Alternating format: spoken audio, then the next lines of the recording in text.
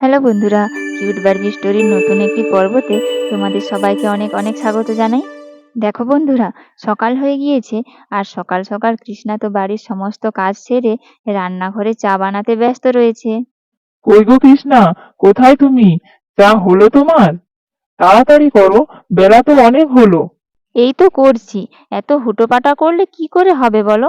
সকাল থেকে বাড়ির সমস্ত কাজ করে সবেমাত্র এসে রান্নাঘরে এই চাটা বসিয়েছি। আর উনি চা চা করে একেবারে চিৎকার করা শুরু করে দিয়েছে। তারপর তো কৃষ্ণা চা নিয়ে বাইরে চলে গেল। এই নাও তোমার চা, ধরো। হ্যাঁ হ্যাঁ, দাও। আসলে কি হয়েছে বলো তো, সকাল সকাল তোমার হাতের চা না খেলে আমার একেবারে ভালো লাগে না। সারা দিনটাই কেমন যেন বেকার লাগে আমার। হয়েছে হয়েছে, আর কিছু বলতে হবে না, খেয়ে নাও এবার।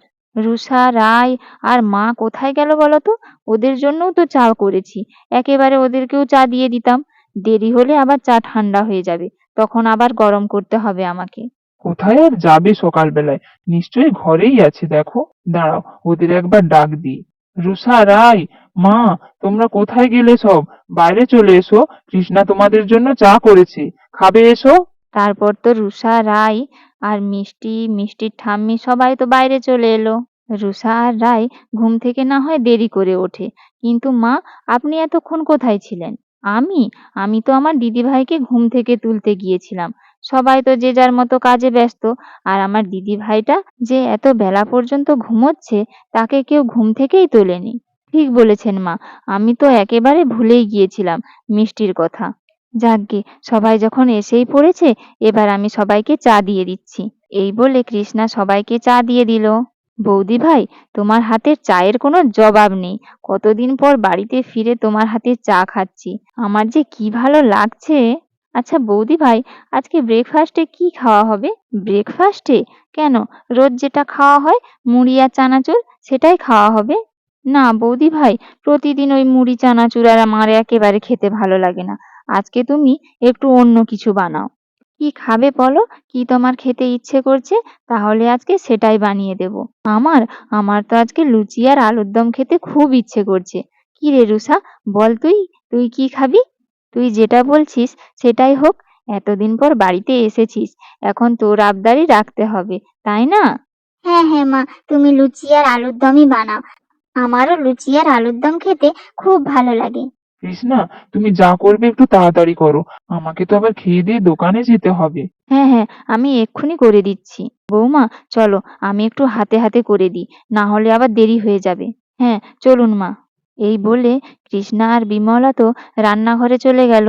মা, আপনি শুধু লুচিটা বেলে দেবেন, বাকি সবকিছু আমি করে নেব। ঠিক আছে বৌমা, তুমি তবে ময়দাটা মেখে নাও, আমি বেলে দেব। হ্যাঁ মা, আমি ময়দাটা এখনই মেখে দিচ্ছি। এই বলে কৃষ্ণা তো ময়দা মাখতে শুরু করে দিল। এই নিন মা, ময়দা মেখে আমি একেবারে লেচি করে দিয়েছি। এবার আপনি বেলে দিন। আর দেখতে না দেখতেই তো কৃষ্ণা ঝটপট করে সমস্ত রান্না সেরে ফেললো।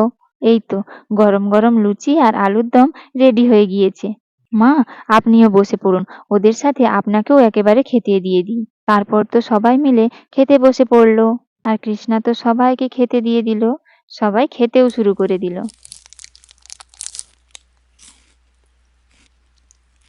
কি, কেমন খেতে হয়েছে বলো? দারুণ হয়েছে বৌদি ভাই। আলুর দমটা এত টেস্টি হয়েছে না, মনে হচ্ছে একেবারে আঙুল চেটে খেয়ে নিই। রাই ঠিকই বলেছে, রান্নাগুলো অসাধারণ হয়েছে। কৃষ্ণা, দাঁড়িয়ে আছো কি? আমার তো লুচি শেষ হয়ে গেল, আরো দুটো লুচি দাও আমাকে। আমিও দুটো লুচি নেবো মা। বাবা, আমাদের সোনামা আজকে তো অনেকগুলো লুচি খেয়ে নিল। হ্যাঁ মা, আমার তো খাবারগুলো খেতে খুব টেস্টি লেগেছে, তাই তো আমি আবার লুচি নেব। রাই, রুষা, তোমাদের লাগবে নাকি লুচি? হ্যাঁ বৌদি ভাই, আমাদের জন্যও নিয়ে এসো। ঠিক আছে, আমি এক্ষুনি আনছি। এই বলে কৃষ্ণা তো সবাইকে আবার লুচি দিয়ে দিল।